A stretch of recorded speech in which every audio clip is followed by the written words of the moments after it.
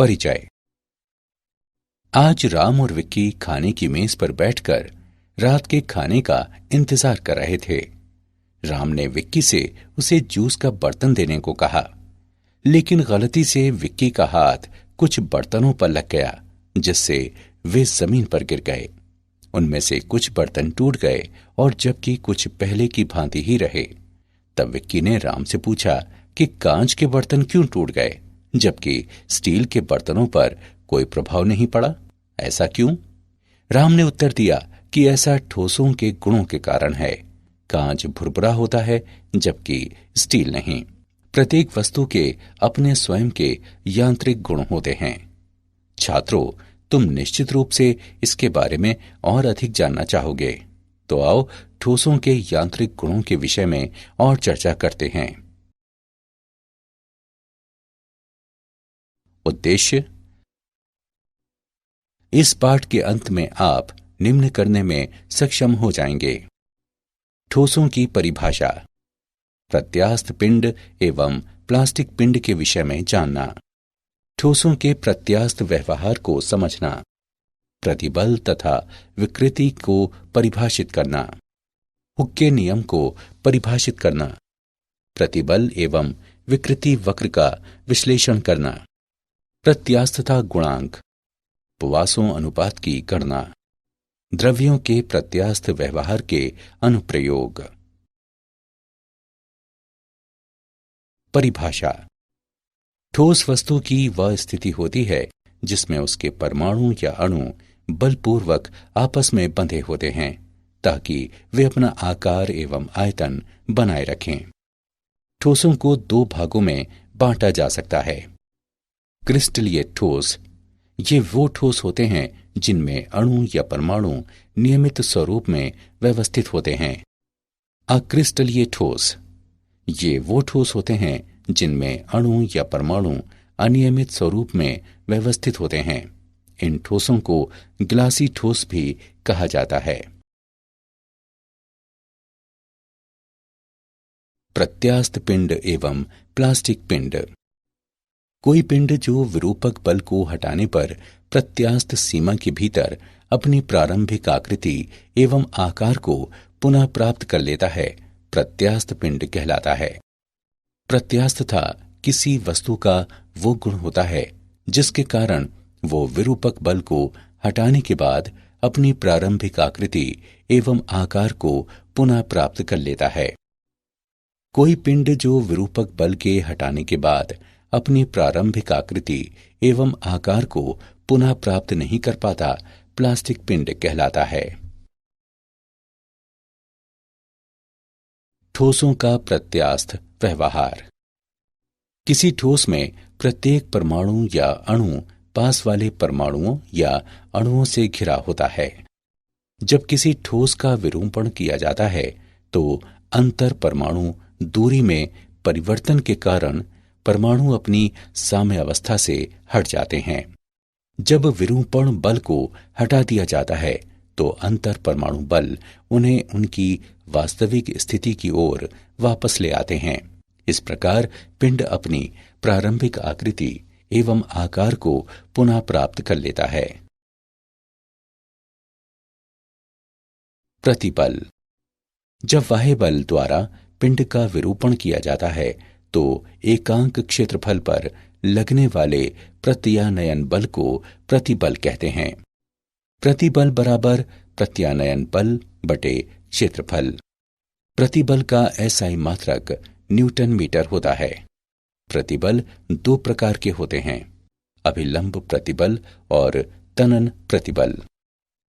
अभिलंब प्रतिबल, इसका आशय पिंड के पृष्ठ के लंबवत कार्य करने वाले प्रति इकाई क्षेत्रफल विरूपक बल से है। अभिलंब प्रतिबल दो प्रकार के होते हैं। तनन प्रतिबल, जब प्रयुक्त बल की दिशा में पिंड की लंबाई में बढ़ोतरी हो जाती है। संपीडक प्रतिबल, जब प्रयुक्त बल की दिशा में पिंड की लंबाई में कमी हो जाती है। स्पर्श रेखीय प्रतिबल, इसका आशय पिंड के पृष्ठ के स्पर्श रेखीय कार्य करने वाले प्रति इकाई क्षेत्रफल विरूपक बल से है। विकृति। विकृति को पिंड के आयाम में परिवर्तन के पिंड के मूल आयाम से अनुपात के रूप में परिभाषित किया जाता है। इसकी इकाई व विमाएं नहीं होते। ये 3 प्रकार की होती है: अनुदैर्ध्य विकृति, आयतन विकृति तथा अपरूपण विकृति। अनुदैर्ध्य विकृति, इसे किसी विरूपक बल के प्रयुक्त किए जाने पर मूल लंबाई से लंबाई में बढ़ोतरी के अनुपात के रूप में परिभाषित किया जाता है। अनुदैर्ध्य विकृति बराबर डेल्टा एल बटे एल। आयतन विकृति, इसे किसी विरूपक बल के प्रयुक्त किए जाने पर मूल आयतन से आयतन में परिवर्तन के अनुपात के रूप में परिभाषित किया जाता है। आयतन विकृति बराबर माइनस डेल्टा वी बटे वी।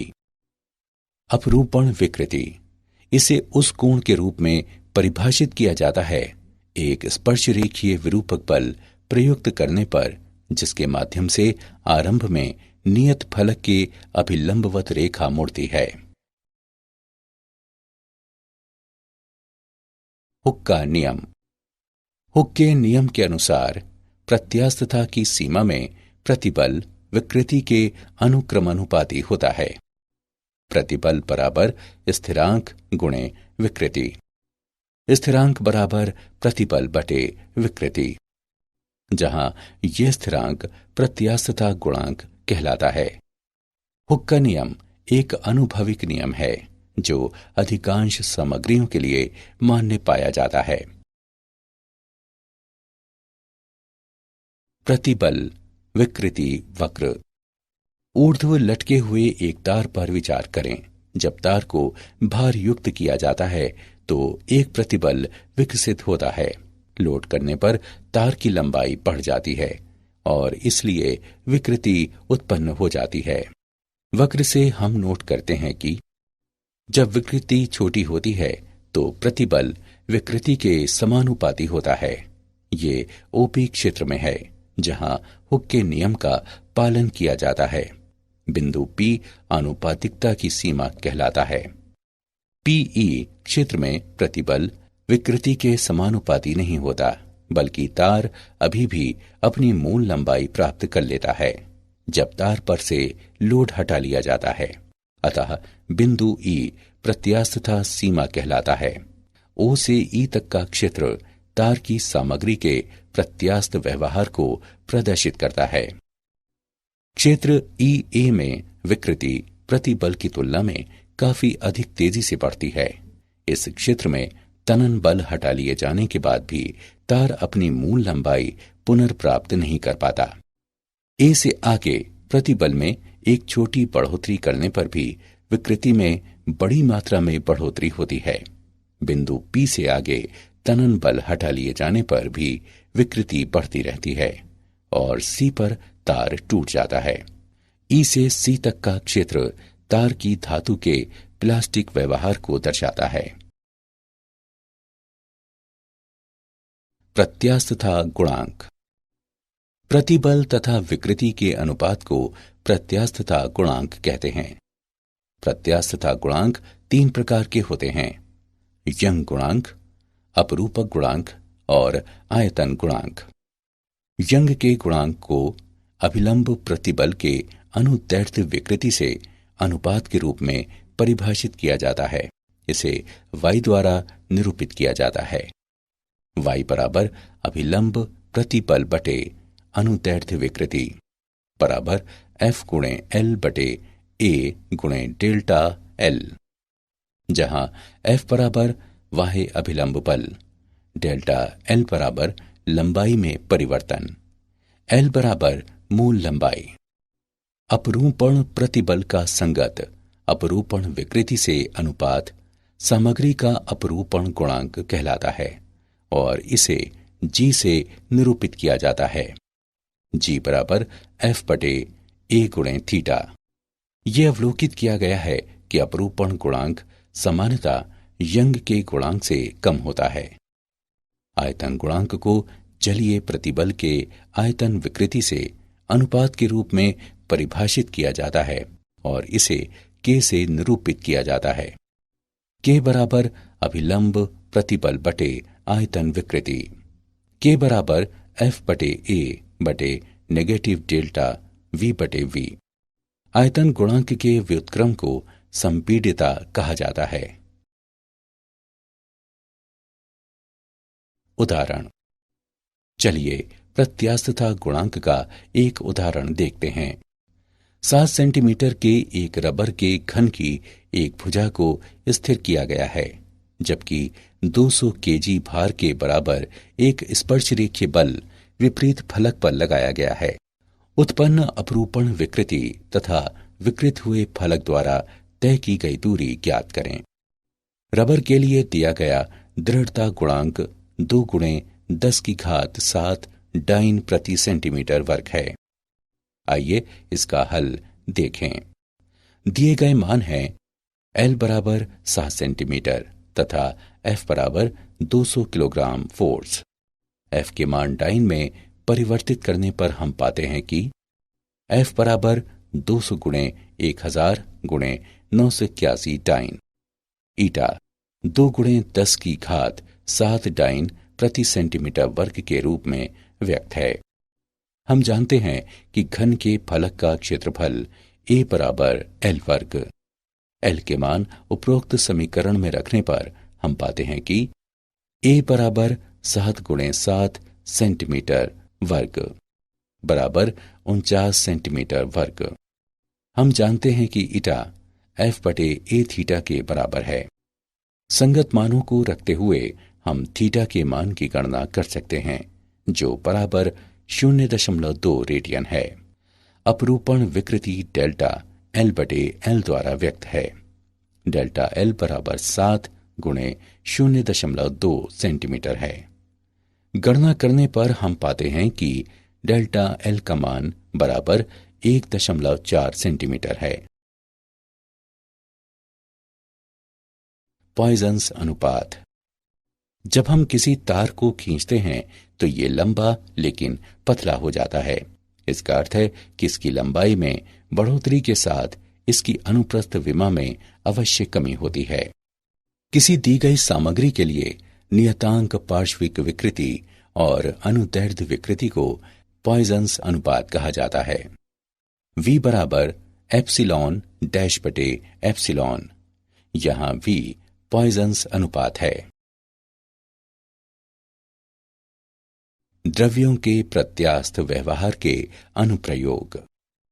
कुछ सामग्रियां विरूपक बल हटा लिए जाने के बाद अपना मूल स्वरूप फिर से प्राप्त कर लेती हैं। ये विलंब प्रत्यास्थ पश्च प्रभाव कहलाता है। सामान्यतः निलंबन क्वार्ट्ज के बनाए जाते हैं, जिनका प्रत्यास्थ पश्च प्रभाव अत्यंत कम होता है। मशीनों के धात्विक पुर्जों पर प्रत्यास्थता सीमा से अधिक प्रतिबल नहीं लगना चाहिए, अन्यथा वे विरूपित हो जाएंगे।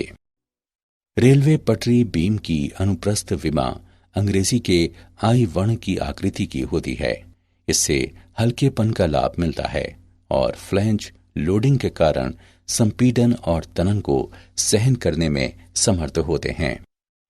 किसी दिए गए भार को उठाने के लिए आवश्यक धात्विक रस्सी की मोटाई रस्सी की सामग्री की प्रत्यास्थता सीमा के ज्ञान तथा सुरक्षा कारक को ध्यान में रखते हुए तय की जाती है। किसी सामग्री का उपयोग करते समय यह सुनिश्चित किया जाता है कि कार्यशील प्रतिबल सदैव इसके ब्रेकिंग प्रतिबल से अधिक हो। सुरक्षा के लिए यह अंतर आवश्यक है। क्या आप जानते हैं, मैक्सवेल आयतन गुणांक को परिभाषित करने वाले पहले व्यक्ति थे। हाल में किए गए अध्ययनों के मुताबिक अर्धक्रिस्टलीय ठोस नामक एक वर्ग भी होता है। इसमें अक्रिस्टलीय और क्रिस्टलीय दोनों अवस्थाएं साथ साथ उपस्थित रहती हैं। कुछ बहुलक इस संवर्ग में आते हैं। उदाहरण के लिए पॉलीएथाइलीन। जब किसी पिंड को गर्म किया जाता है, लेकिन कुछ सीमाएं आरोपित करते हुए इसे फैलने से रोक दिया जाता है, तो आंतरिक बल उत्पन्न हो जाते हैं, जो तापीय प्रतिबल नामक प्रतिबल उत्पन्न करते हैं। सारांश। आइए हमने जो कुछ सीखा है उसे संक्षेप में दोहराएं। ठोस किसी पिंड की वो स्थिति होती है जिसमें उसके परमाणु एवं अणु बलपूर्वक आपस में बंधे होते हैं ताकि वे अपना आकार एवं आयतन बनाए रखें। प्रत्यास्थता किसी पिंड का वो गुण होता है जिसके कारण प्रत्यारोपित बल को हटाने के बाद पिंड अपनी प्रारंभिक आकृति एवं आकार को पुनः प्राप्त कर लेता है। प्रतिबल को पिंड को किसी बाह्य बल द्वारा विरूपित किए जाने पर उसमें उत्पन्न प्रति इकाई क्षेत्रफल प्रत्यानयन बल के रूप में परिभाषित किया जाता है। विकृति को किसी पिंड की मूल विमाओं से पिंड की विमाओं में परिवर्तन के अनुपात के रूप में परिभाषित किया जाता है। हुक के नियम के अनुसार प्रत्यास्थता की सीमा में प्रतिबल विकृति के अनुक्रमानुपाती होता है। यंग का गुणांक अभिलंब प्रतिबल के अनुदैर्ध्य विकृति से अनुपात के रूप में परिभाषित किया जाता है। अपरूपण प्रतिबल का संगत अपरूपण विकृति से अनुपात सामग्री का अपरूपण गुणांक कहलाता है। आयतन गुणांक अभिलंब प्रतिबल के आयतन विकृति से अनुपात के रूप में परिभाषित किया जाता है। किसी दी गई सामग्री के लिए नियतांक पार्श्विक विकृति तथा अनुदैर्ध्य विकृति का अनुपात पॉइंसा अनुपात के रूप में